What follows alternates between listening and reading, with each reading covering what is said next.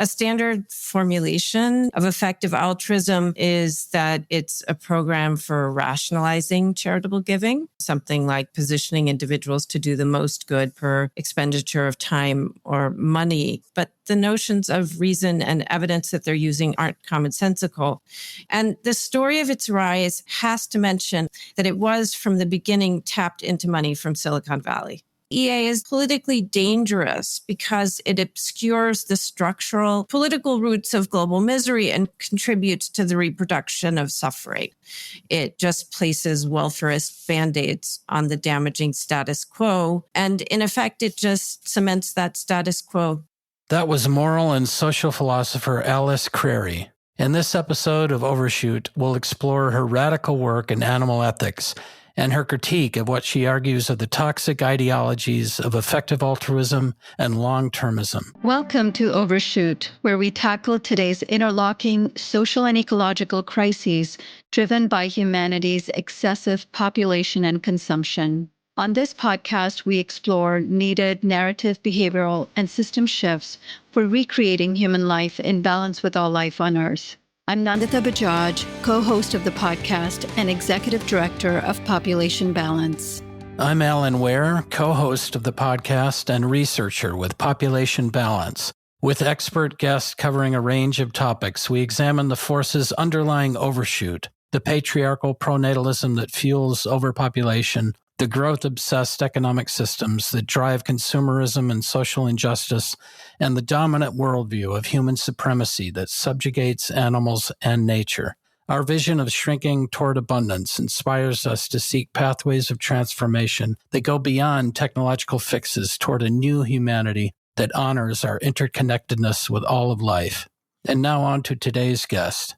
Alice Crary is an American moral and social philosopher at the New School for Social Research and visiting fellow in Philosophy Regent's Park College, Oxford. Her work ranges across normative theory, including feminism, social and political philosophy, aesthetics, metaphilosophy, and their different intersections. She has long published on and taught animal ethics and environmental ethics. One of her active research projects addresses philosophical limitations and serious worldly harms of the traditions of effective altruism and longtermism. She is co-editor of a collection of essays titled The Good It Promises, the Harm It Does, Critical Essays on Effective Altruism, and co-author with Laurie Gruen of Animal Crisis, a New Critical Theory, which argues for radical reimagining of our relationship with animals. And now on to today's interview.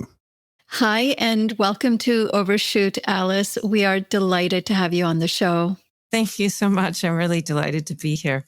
And Alice, we so deeply admire your wide-ranging philosophical work that spans across many of our areas of interest as well: feminism, animal ethics, and environmental ethics. And we appreciate your focus on neglected perspectives of disempowered groups within broader exploitative political and social systems, and especially how you call us to engage our emotions and moral imaginations to see the world from another being's perspective. We also applaud and share your critique of the toxic ideologies of effective altruism and long-termism, and the larger systems of extraction and exploitation that create suffering for humans and non-humans alike. And that's something we've been so interested in for a number of years, especially as the movement is becoming louder and more powerful with a lot of billionaire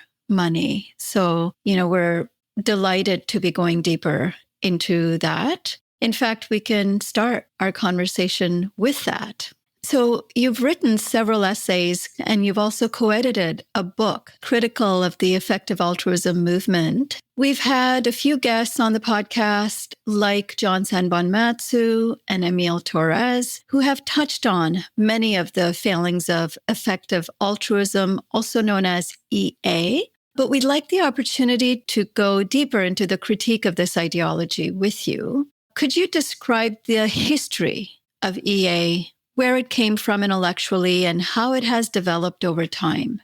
I love it that you're starting with this question. I think it turns out to be a more complicated question, and in some respects, a more interesting question than it may appear. So a standard formulation is that it's a program for rationalizing charitable giving, where this is supposed to mean something like positioning individuals to do the most good per expenditure of time or money. But what is interesting about this formulation is that it uses effective altruists' own categories. They give themselves credit for rationalizing charitable giving or making it reason and evidence-based, but the notions of reason and evidence that they're using aren't commonsensical. They're appealing to things like randomized controlled trials and recommending minimally costly programs they think can be shown with metrics like those of welfare economics to have maximum benefits. And anyway, the point is it's a specialized project, and it's not that EA emerges from ordinary notions of reason and evidence. There's absolutely no reason to hold that a reason-based approach to giving suggests strategies just like EA's. It could suggest very different strategies. That's a big topic. I just wanted to put a bookmark there before starting. So here's a kind of standard story about the beginning of effective altruism. It's coined by two at the time very young Oxford philosophers, Toby Ord and William MacAskill, in 2011. This was several years after the founding of a couple of organizations that are retrospectively described as devoted to EA. One of them, Giving What We Can, is actually founded by MacAskill and Ord themselves. These two philosophers are often described as having been impressed by a very famous 1972 argument of Peter Singer's about the practical implications of applying utilitarian principles to the suffering of the world's poor. Singer himself in 2009, in a book called The Life You Can Save, actually proposes turning his argument into a charitable movement. So in effect, effective altruism was their slogan for rationalizing charitable giving Singer style. And its original focus was extreme poverty in the global South and the terrible suffering of animals on factory farms. So one thing about the standard story is that it tells us EA started some years before it was named, and many of the ideas that animate EA are actually significantly older than its name. And I don't just mean as old as Singer's work in the 1970s about utilitarianism and global poverty, but also that you could find some parallels in the principles of early 20th century philanthropic mega foundations. I don't want to pursue that, but it's an aside to motivate what I think is most interesting about your question, which is why EA took off when it did, because it took off in a really phenomenal way. It was initially small and Oxford-based, but it soon had offshoots of various kinds elsewhere in the UK, in the US. They're all over the place, and they're in a lot of other countries. Many of them today are multi-million-dollar outfits. The amount of money being directed by them as a whole is in the hundreds of millions of dollars annually, if not higher. And this whole conglomerate has recorded pledges in the tens of billions of dollars. Now, MacAskill and Ord are charismatic, and they were well-placed at Oxford, but that is not enough to explain this movement's meteoric rise. And the story of its rise has to mention that it was from the beginning tapped into money from Silicon Valley. There's another wrinkle I would add to that story. Today, EA has, as you know, I know you've talked about this on the podcast, it's morphed into what's called long-termism, which is often described, again, this is a sort of standard story that needs to be interrogated, a future-oriented form of EA. And roughly speaking, it's the view that humankind is at a crossroads at which it can either self-destruct or transcend the human condition, shaking off things like illness and mortality, and realize a glorious techno-utopia. And moreover, what we're supposed to do is prioritize responding to threats to the realization of this techno-utopia. It was in 2017 that MacAskill came up with the moniker long-termism, or defends this EA variant himself in a high-profile book in 2020. It's called The Precipice. MacAskill writes a best-selling book about it in 2022 called What We Owe the Future. And these long-termists think the biggest threat to humanity's realization of its supposed techno-utopia is value-misaligned artificial intelligence. And this is obviously a topic that gets a lot of attention in AI circles. So you could have an image of the emergence of EA that goes like this. EA emerged, and then it later grew into something that was of interest to people in AI circles. And then you can explain its funding and virtuosity and meteoric rise in that way. But I actually think that that way of describing the development of EA obscures a lot of the more interesting history. I think it's more accurate to trace the origins of EA back to conversations among people in the tech world who were already interested in long-termist questions about how to make advanced AI safe. And I first encountered this point in the work of a researcher named Molly Gleiberman. The point is that the tie between EA and long-termism is something like the reverse of what it's standardly taken to be. Long-termism had been developed but not named first. And because the core ideas of long-termism came directly out of Silicon Valley, the tie between EA and the wealth of the tech industry turns out not to be a mere accident. So you can explain its explosive success. And I know that was a complicated story, but I think you need almost that much to explain its emergence. It's great that you mentioned Peter Singer, because my personal introduction to EA was through Peter Singer, just as I was becoming interested in animal rights. And one of the books I read was The Most Good You Can Do. And a lot of the examples he was giving in the book were about rationalizing certain behaviors in order to achieve what he would say is the right action. And I guess that's what consequentialism is, that the only right action is the one that has the right consequences, right? So even then, as I was reading it, because I've always been interested in ethics, I couldn't understand some of the examples he was giving of, like, you could work for a nuclear facility and make a lot of money, even if you don't agree with that kind of career, but then you could give all that money away to the causes that you most care about. And there were several other examples like that. And with, Emil Torres, we've discussed the Earn to Give, Sam Bankman-Fried debacle. But even then, even to kind of a beginner reader, it just caused me so much unrest to read something like this, because it was asking you literally to compromise your own integrity, your own values, so that you could somehow do the most good in the eyes of some kind of a universal God.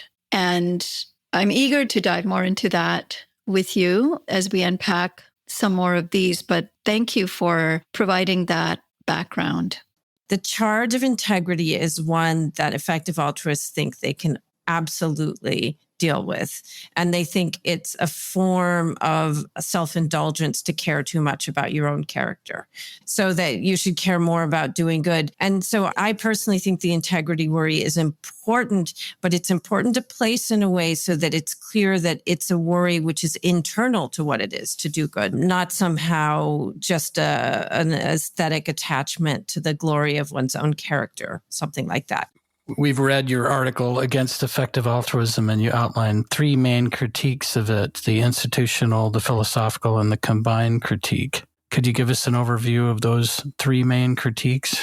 So this threefold taxonomy I used really to make a single criticism of effective altruism, while also explaining how the depth of the critique could be missed. So that's why there are multiple pieces. The heart of it is really the first one, the institutional critique. This critique was developed within a couple of years after the 2012-2011 birth of effective altruism. There was a forum in the Boston Review in 2015, and there were some really prominent political theorists and economists who were laying out what then became known as the institutional critique. And what it does is attacks EA for operating with a damagingly narrow account of the class of things assessable as right or wrong. Roughly, it's something like that. And the target of the critique is the tendency to focus on single actions or simple actions and their consequences, like social interventions that reduce suffering. People who like the institutional critique are calling out what they see as the neglect of the kinds of coordinated sets of actions that are directed at changing social structures like regressive economic arrangements or biased legal institutions, social structures that reliably and repeatedly cause suffering. We might want to change those. And so they were suggesting that the neglect of the assessment of coordinated actions aimed at social transformation was a kind of measurability bias. You're just measuring what you have the tools to measure. And I think this is a really interesting and important criticism. It's supposed to be politically dangerous because it obscures the structural political roots of global misery and contributes to the reproduction of suffering by bypassing and weakening political mechanisms that could actually be engaged for positive social change. That's the basic idea. And I think it's sound, but effective altruists think they can avoid this critique. I think you mentioned this already, that the moral theory is basically consequentialism, on which moral rightness is a matter of the production of the best consequences. And what's best is it's quantitative, what has the most value. They still mostly accept versions of consequentialism that identify value with well-being and would count as forms of what is called utilitarianism. They're making a methodological assumption, which is in fact morally freighted, and that is that the social circumstances, and in particular well-being, that they want to talk about is discernible from an abstract point of view. They often use a little bit of jargon, the point of view of the universe. And you can see why that matters to them, because then suddenly you can use well-being as a measure for comparing moral outcomes anywhere. You can go across space to the global poor. You can go across species to non-human animals. And when you get to long-termism, you can go across time to the far distant future. This is a really limited and distorting way to think about what society is. We need categories that are more nuanced and engaged, and that presuppose historical understanding and not a merely abstract view if you're going to understand social relations and social life. EA is built on the idea of this abstract view that allows us to do quantitative stuff. So it can't lay claim to the kinds of tools it would need to assess efforts to change the normative structure of society. It has forfeited engaged and historically informed perspectives necessary for such assessment. But the point isn't that everything that effective altruists want to do is wrong. Sometimes it is important to address suffering and all kinds of emergencies where suffering of humans or animals is acute. But EA doesn't have the resources to help us think about when we should be addressing suffering and when we should be campaigning to remake the world, so we don't just keep on reproducing the same forms of suffering year after year, generation after generation. It just places welfarist band-aids on the damaging status quo. And in effect, it just cements that status quo. And not surprisingly, effective altruism is very popular among Silicon Valley tech bros and billionaire philanthropists, as you've already alluded to, who, while maintaining the business's usual power imbalances, as you covered in your institutional critique, can feel good about the purported effectiveness of their actions.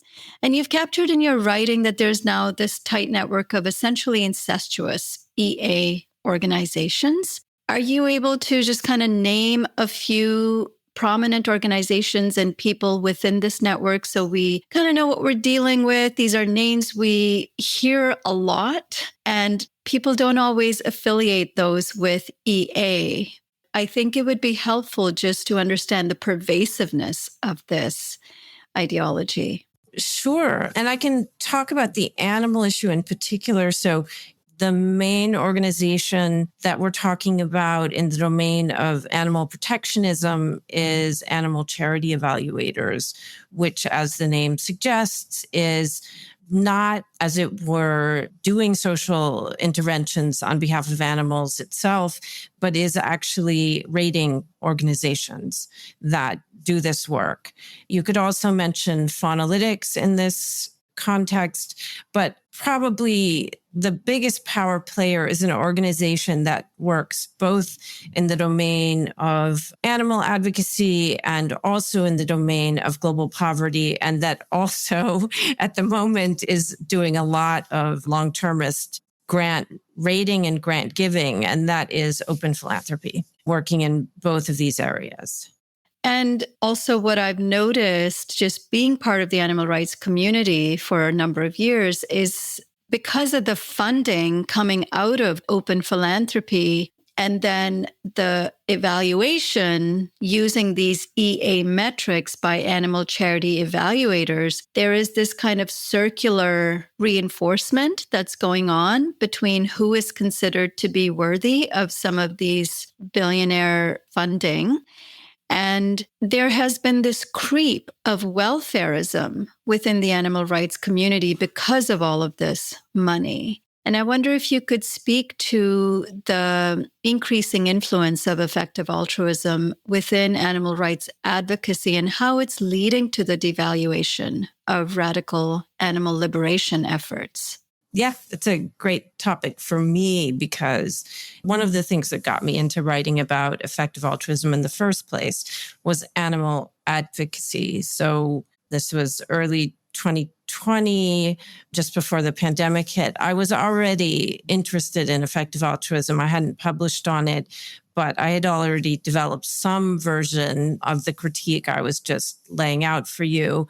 And I was at a conference that brought together academics and activist intellectuals who were thinking about the treatment of animals. A number of people at this conference in 2020 were struck by how often we were hearing leaders of pro-animal organizations say that they had been asked to demonstrate the effectiveness of their work in ways that they thought were distorting the nature of what they were doing. That was part of what motivated me to argue vis-a-vis EA-influenced animal activism that EA does real-world harm. And just to make it really concrete, here's a description of a study I did in 2020. And I was looking at figures of animal charity evaluators from 2019.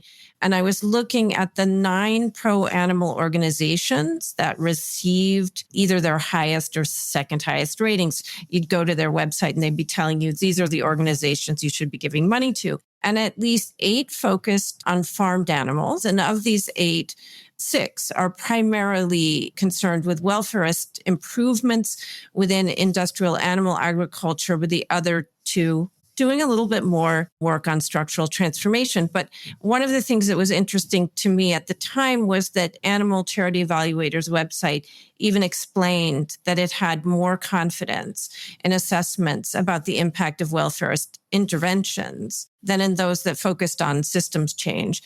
And yeah, that's just what one should expect in looking at EA. So you can see how this desire to get funded could lead an organization to change a bit what it's doing. Recently, a number of effective altruists have started to look at animals in the so-called wild and, look at the intersection of environmental and animal ethics. And I think the strategies they use, even in those contexts, are just as problematic. And some of them, like McCaskill in particular, have such outrageous views, which are the level of suffering for wild nature can be so high that they think it might be better not to have it. Yes. And the fact that in his 2022 book, William McCaskill suggested that our destruction of the environment might actually be a net positive based on the assumption that all sentient creatures suffer. And by simply obliterating them in the biosphere, we reduce the total amount of suffering. I think this point doesn't get enough attention, that this is a view that is quite prevalent within the EA community of reducing suffering could actually mean just getting rid of the entire biosphere. In the context of long-termism, as one of your other recent guests, Emil Torres, likes to say, is an extinctionist program, which is hard to understand at first glance, but they're imagining a future in which we transcend the human condition there and there are, in effect, no more humans. And we're not going to be worried about the biosphere because what we're trying to do is move ourselves out into the galaxies and not be around for the heat death of the sun. Yeah, and that disturbing element of long-termism you've definitely gone into in your article, The Toxic Ideology of Long-Termism, where you explain how and when it came about and why it carries such dangerous implications. Could you share some of that overview of the history and elaborate more on the dangerousness? Absolutely. And I should say that that article isn't terribly old, but it's a few years old. And my research on the movement has taken me beyond it. And it now seems clear to me, I was saying this earlier, that long-termism has roots in discussions in Silicon Valley that are decades older than its official start. And I think talking about these origins is really helpful for shedding light on the harms of long-termism. So long-termism started in 2017. That's the official start when McCaskill's coming up with a moniker for it. And it gets treated, like I said, as a future-oriented EA offshoot, as if that's the order. Start with EA, and then you head towards the future. But the view he was naming had been debated and defended for some time at an Oxford institute called the Future of Humanity Institute. It's a whole nother story about the fact that it's been shut down in 2024. And I wasn't going to go into that, but it was known as FHI. And the Swedish philosopher Nick Bostrom founded FHI in 2005. And he's actually the person who came up with long-termism, just not the name. Toby Ord was one of the two Oxford philosophers who came up with the name effective altruism in 2011, but he had been working at FHI where long-termism was being developed since 2006. And again, we're talking about this view that humankind is at a stage of technological development in which we could annihilate ourselves or go on to a supposedly radiant techno-future as post-humans, and that we should prioritize confronting threats that cut us off from that future. So it's actually part of the meaning of long-termism, as Ord understands it, McCaskill understands it, and others, that a future that qualifies as suitably radiant has to be one in which immense numbers of these technologically facilitated post-humans live on for billions or trillions of years by colonizing other star systems. And that's what makes it an extinctionist view. There won't be any more humans as we know them. In any case, long-termists focus on what they think the biggest threats are to their utopia, and they overwhelmingly agree that among the biggest threats is AI, and specifically machines with above human level intelligence whose values aren't aligned with ours, whatever that means.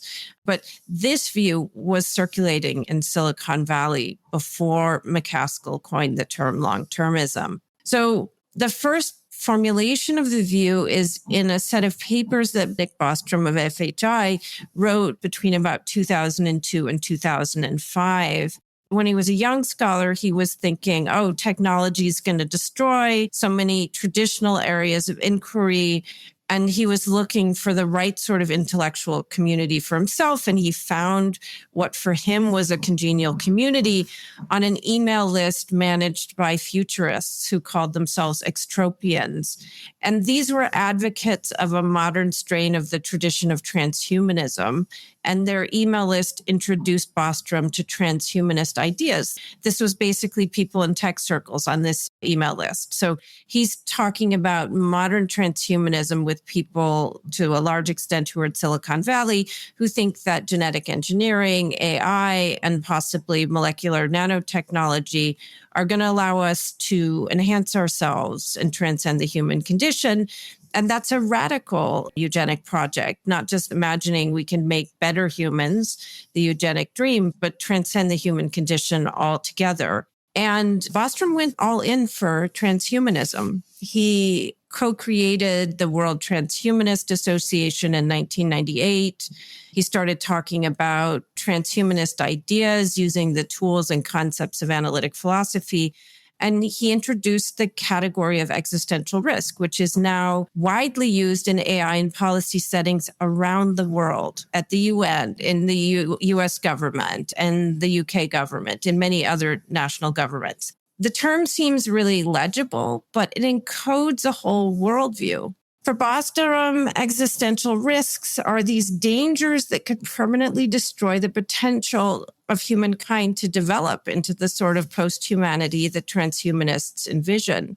That's not the kind of thing most of us mean when we talk about an existential risk. And at least I wouldn't think like you'd say, oh, it's an existential risk, something like that's going to endanger all human existence. But transhumanists are pro-extinctionists. So when they talk about existential risk, we have to pay attention and know that it's something different. In 2003, Bostrom published an article in which he presents a utilitarian case for holding that the expansion of the human population through space colonization is such a great good that reducing risks to its attainment have got to be our top moral priority. By 2014, he's definitely on message that the main existential risk for him is super intelligent machines. So he writes a book called Superintelligence, which became a bestseller. And at that point, he's also an establishment figure, and he's made Silicon Valley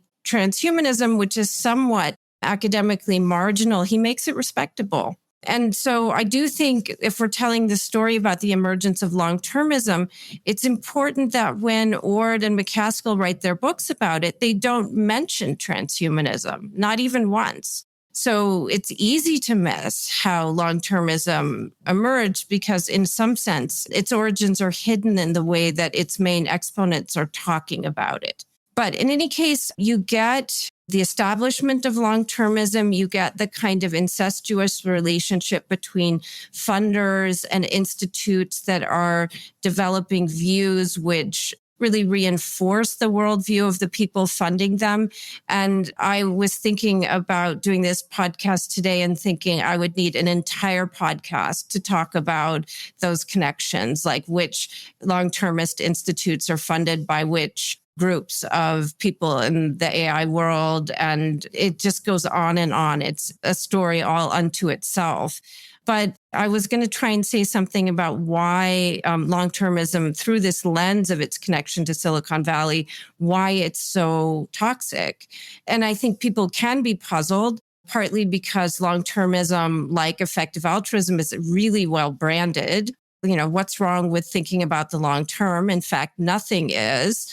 And it's characteristic of social justice movements to be concerned with creating more just conditions for future human generations. But that's not what long-termism is. It's stressing concern for, I guess we should say, quote unquote, well-being of the prospective trillions of post-humans who will live on into an imagined distant techno-future. And long-termists tend to be total utilitarians who think that a world with more well-being is a better world. And so it follows for them that the huge numbers of imagined prospective post-humans that they're talking about, they outweigh all other moral issues. The chief threat to their utopia they take to be misaligned or rogue machines. And so you wind up with a view on which there are no limits or almost no limits to the resources we should devote to building good robots and avoiding rogue robots. Yeah, these are technologists, computer scientists, engineers, right? That definitely assume that technology is all powerful, either all evil or all good. Either way, as with AI 2 years ago, they were talking about how it was an existential threat, which may have been partly to hype it for the market. Oh, it's so powerful, but only we can control it. And now it's more, we need to be the good guys winning the race against Chinese AI. So they've pivoted in that way, but it's still ultimately a technologist view of reality. We don't have material or energy constraints, which fits with their extropian view that the law of entropy, or the law of disorderness in the universe doesn't exist, that through our brainiac engineering minds, we can re-engineer everything just according to information alone, which is just such an ecological, biophysical blindness. And at the same time, we're supposed to downplay the importance of actual problems like structural, racist, gender, and ableist bias, since for them, these problems are non-existential. And again, they are non-existential in their sense. It doesn't matter that they cause great suffering and mortality. And so you get some really shocking outcomes in long-termism. One shocking outcome is that they're dismissing harms and wrongs caused by the failure to properly regulate the building and running of AI systems. But even more shocking is that they'll invite us to regard as existential threats the kinds of social justice movements that call for limiting growth in the name of sustainable and equitable forms of life. And the problem for them is that these movements threaten growth-fueled techno-utopias that depend on increasing energy use and so forth to maximize the cosmic spread of digital intelligences. So you have things like Peter Thiel in the New York Times suggesting that Greta Thunberg is the Antichrist, and it's not a joke. Yeah, I'd like to pick up on what you said about this obsession within long-termism with population growth. Even though they are looking at a different type of population that'll exist in the techno-utopian future, that doesn't stop them from pursuing population growth ideals of the current human form today. And I want to point out this very interesting connection that seems to have gone missing from within kind of the social justice community, from liberal media outlets that are reporting on these issues, is a couple of years ago, there's this academic, Dean Spears, at the University of Texas at Austin, who received $10 million from Elon Musk to start an institute called the Population Wellbeing Initiative, PWI. Like, it sounds very neutral and good, something about well-being, but given that it's funded by Elon Musk, who thinks the biggest risk to humanity or civilization is declining fertility rates, not climate change, not biodiversity loss, not species extinction, but declining fertility rates. Dean Spears has since appeared in New York Times, Time Magazine, NPR, with no critical analysis of where the funding came from to promote his view, which today he's become the biggest spokesperson in academia on depopulation panic. And his latest book called After the Spike, it's all just very kind of selective arguments about why population decline is one of the greatest threats that we face, even amid the fact that we're still growing, we're still projected to add 2 billion more people, which is the largest population that has ever existed at any given time in human history. But the very interesting thing to bring it full circle is one of the first and most popular endorsers of Dean Spears' book is Peter Singer, the same Peter Singer who apparently cares a lot about animals. And there has been no greater project that has led to the annihilation of other life than the Human Domination Project. So I just find all of this to be extremely disturbing and curious of just where this project is going.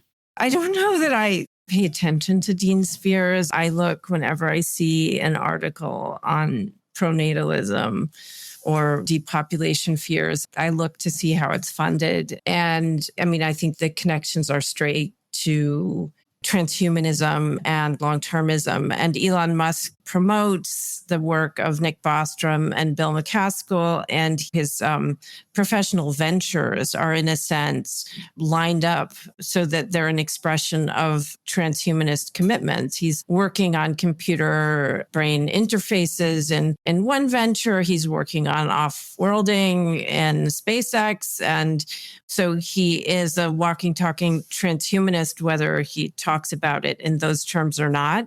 And he has been actively enthusiastic about the writings of the long-termists.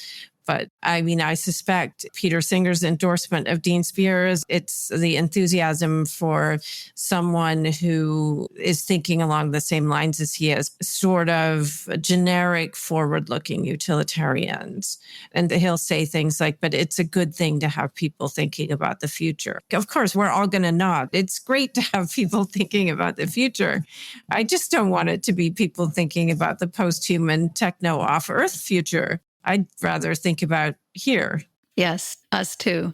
And I think off of that comment, you've noted that many researchers pursuing godlike artificial general intelligence are also long-termists, united in their belief that we must keep pushing the frontiers of technology for the sake of a better future. You know, what you just said, the techno-utopian off-Earth future. How do you see long-termism and AI believers connected? And why, as you argue, should we be, quote, outraged by AI? Yeah, well, I think you've both said things that are really relevant to understanding why I think so it is at this nexus of long-termism and AI that accounts for my willingness to say things like, if you're paying attention to the AI industry, you should be outraged. And part of it is, I wouldn't describe many people in Silicon Valley quite as long-termists, but more as transhumanists, even though the traditions have sort of run into each other. So you do have people like Eliezer Yudkowsky, who's getting a lot of attention right now, and best-selling author and engineer Ray Kurzweil, who are out as transhumanists. That's a label they've used or do use. But you have people like Peter Thiel, Sam Altman, and Musk, whom we were talking about, who may not use the label, but they have lots of commitments and ties to transhumanist organizations. And so you see transhumanism sort of saturating or providing the context for a lot of discussion within the EA industry today. And so you can hear transhumanist or long-termist themes among the players who are rushing to dominate the market, what's sometimes called the AI arms race. You hear them saying, oh, well, the big issue is to figure out whether AGI, artificial general intelligence, which is supposed to be the technology that will bring us to our techno-utopia, it's what we need, but it could also be the biggest existential risk. And so you get conversations that go on between people in AI who are called doomers because they think there is an existential risk, and people who are called accelerationists, usually because they are sort of unqualified in their positivity about building AGI. And you wind up with most people in the industry saying, well, there's at least some risk, so we wouldn't need to worry about the so-called alignment problem. That's an interest in what's called AI safety. And they wind up in the paradoxical position of raising alarm on the technology they're frantically trying to build while hauling in immense sums to, they say, keep it from ending humankind. So it is quite a performance in a sense.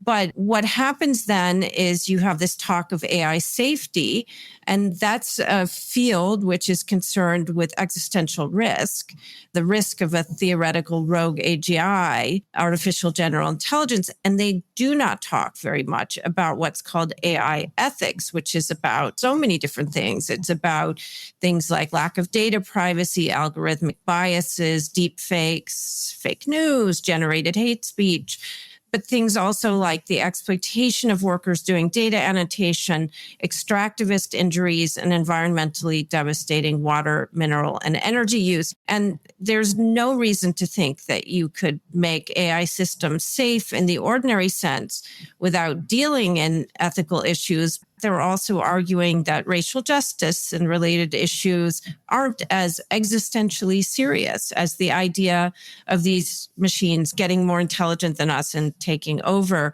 And the sidelining of ethics is a shared thing between AI doomers and AI accelerationists. And so you have this speculative project of a really small cadre of immensely wealthy men who are based in the global north. And for them, the issues they're sidelining may not be existentially threatening. They aren't, but they're sidelining all of these issues that matter to so many of us.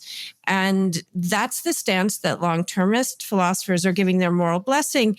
And we can see how terrible it is if we try to bring into focus how big the environmental harms are and how serious some of the social justice concerns are in the current race to build AGI. So that's how it's coming together with long-termism, because long-termism is the sort of ideological fabric that allows them to say, no, the real issue is this AI safety. It's more important. It's not going to matter, all these supposedly little issues, if we're all dead because a super intelligent machine kills us off. Your article is appropriately titled that we should be outraged, but I think we're also outraged by how many people are not outraged by AI and how pervasive it's becoming. And there's all these new movements that are emerging. How can we use AI for good, AI for social justice, AI that is, gender equal? And it's taken for granted. It's coming. Let's use it to our advantage. Let's leverage, all of its positive aspects. And along those lines, there's also this kind of emergent movement, not surprisingly within the same EA animal advocates, especially, that are now arguing for extending rights to AI or AGI on the basis of its potential sentience. We kind of know what we think about this, but we want to hear your thoughts about this move. Yeah. Okay. So it's like they're moral thinkers and they're saying, oh, it's going to be really important to include artificial systems that become intelligent or have sentience, that this is where the action is. They're new creatures. We have to expand the moral circle and bring them in because they're sentient too. At least when a lot of researchers talk about what they mean, they're imagining something that's agential, or weirdly, they've come up with their new word for having agency, which is agentic. So we talk about AGI being agentic, and it's really not clear when you get just a little bit into the technology of large language models, which are the kinds of machines that we're talking about. It's not clear why we should think they're about to spawn agency. Something endowed with agency, it's not just going to be controlled by its impulses. It needs to be able to step back from its impulse to think or believe or act on something, and to ask itself whether it should believe or do some particular thing. And the fact that large language models converse in ways that give the impression of intentional speech makes people think maybe that's what they're dealing with, but they're actually machines that are managing this through sensitivity to the relative frequency of expressions in their databases. And so it's just not clear, I think. And here I'm following the lead of a lot of really sophisticated tech commentators, journalists, and scientists. It's not clear why we should think that we're on the verge of getting agents here. But it is clear that this story about the rush to build AGI, which is our, if it's safe, it's our route to this utopian techno future, is an incredibly important part of the story that big AI is telling about why we should sanction what they're doing and why we should disregard the environmental harms and the serious social injustices. And so you get this new literature, which I'm intentionally not mentioning any of the authors, although I've read quite a bit, because I find it at an intellectual level almost laughable. But I think really what it's doing is just adding to this diversionary tactic. It's simply playing along with this ideological account of what's happening in our world and distracting us from what's really going on. So yeah, it's an extended form of EA and it's problematic like that. But if we want to understand why these books and articles are getting so much attention, I think we need to just look a little bit deeper, and we can understand that like long-termism, like various forms of transhumanism, they're just distracting us from what's really happening. Yeah, totally agree with you. And I think because of these projects being so heavily funded and being in our faces all the time, I think in some ways it makes sense why so many animal advocates are unintentionally just starting to tap into nonsense like AI for animals or sentient futures. I just don't think there's enough systems analysis, historical analysis of how these systems have emerged and gone on to become further and further more oppressive by a lot of well-intentioned animal advocates, which is mainly the place where I'm seeing a lot of this emerging. Yeah, I mean, I do advise a lot of younger scholars, including animal advocates who want to have a training in moral philosophy. And it's not just that we're seeing real funding for these other projects that are talking about sentience and AI in connection with welfarist approaches to animal ethics. But it's also true that the younger scholars who really think these are damaging ways to work and want to work in ways that focus on the intersection of social injustice and harms to animals have real trouble getting published. Some really great books I know of that do finally have come out, after 20 rejections, or it is harder to get them out. So as we've discussed, effective altruism relies heavily on utilitarian reasoning, and there are many animal rights arguments that rely on rights-based arguments. And you have a new book with Laurie Gruen titled Animal Crisis, a New Critical Theory, that offers approaches for more radical, necessary structural transformations to dismantle human supremacist systems of oppression.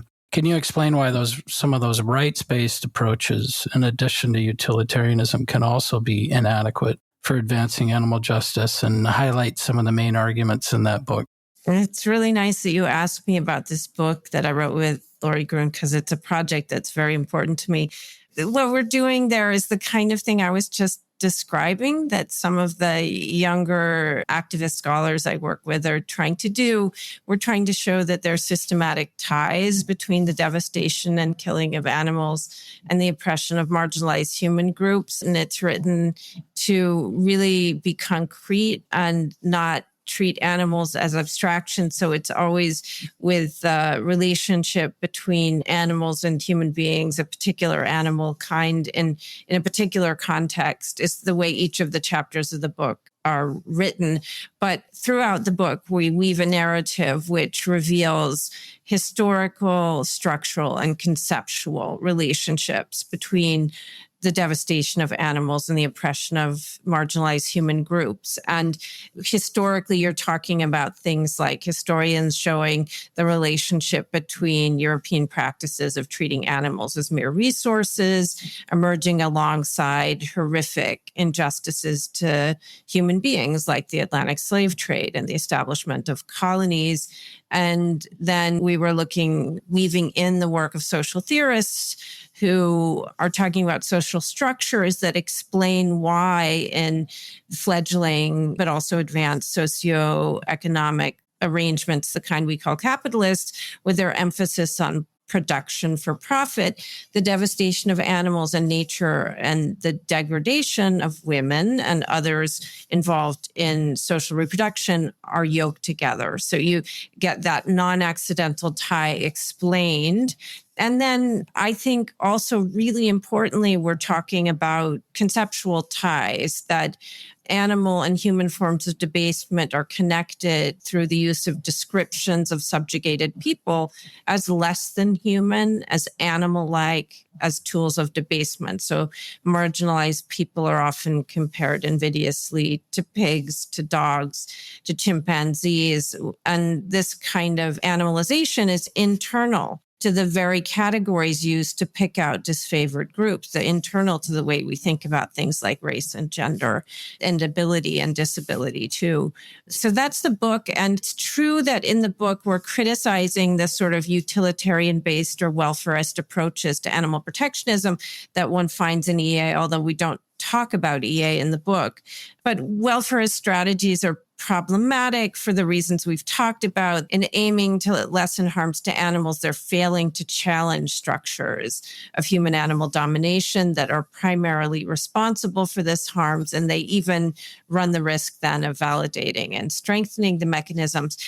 You asked about rights, and we're not in the same way attacking all rights-based approaches to animal ethics, partly because there's a variety of approaches and some could be aligned with what we're doing. So some are problematic because they're not contesting society-wide practices in which human-animal normative ranking is embedded. So they run the same danger as the welfarist approaches. And we do talk in this connection about existing rights-based strategies in animal ethics, most of which focus on negative rights. So you're treating animals as having the right maybe not to be displaced, killed, harmed, or to the right to be left alone. So negative rights. And by themselves, the idea is if you start trying to think about what it would be to grant these rights, you're allowing that damaging practices and institutions stay in place. And you're, as it were, just trying to create spheres of inviolability within them. That's the way we put it.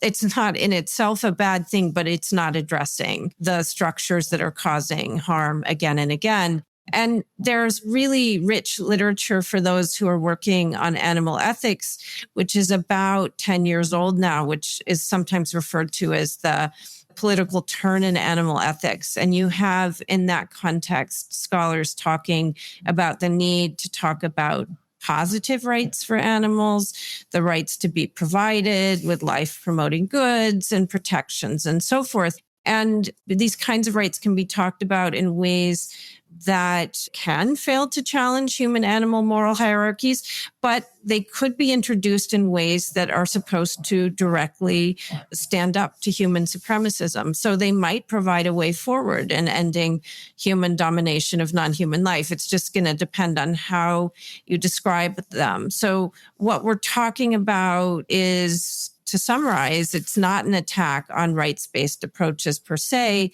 but only those that aren't capable of critically examining how contemporary liberal or illiberal democracies are intertwined with global extractive capitalism with its damaging structures. Right. Yeah, it seems like rights are only as good as typically the nation state that's codified them and enforced them. And if those rights are codified in capitalist property law and different types of law, it doesn't mean as much. So it's interesting. We had Dinesh Wadawal on talking about the political turn and how ultimately courts, where these rights are decided, are inherently quite conservative, going by precedent, going back centuries, that we need more of a social movement is what Dinesh was talking about, a political movement, bottom up. And part of that would be like what your book is talking about, the marginalized humans in the system, the exploitative, commodifying, oppressive systems that are used against animals and people. And both of those can work together. And I like it how each chapter is focused, like you said, on a specific animal: orangutan, pigs, cows, rats, parrots, and ticks, each reflecting a different issue. And that's appreciating the beingness, the sensory experience of each animal. And I think you had mentioned that literature and the humanities are really important to you, and that has been shown to increase perspective taking, reading of literature, of fiction. So that helps us get inside an animal's perspective too. And I appreciated that. And a lot of these EA and technologists, computer science engineers, maybe they read certain science fiction. There's a certain kind of technologist fantasization, but I don't know if it's as much about internal perspectives that they're taking on, that you take on in this book, and that I appreciate it seemed to inform that. I can't remember who I was reading. I think it might be Adam Becker's book, which is called something like More Everything Forever, where he's like, they all read science fiction, but they often misunderstand it. And so like you have Peter Thiel not realizing that, Palantir is like Saruman's eye, and like, that's the bad guy, like you guys are the bad guys. And stuff like that. Or they're like thinking Star Trek is really cool, which is like space democracy. I don't know, like they don't get what's happening.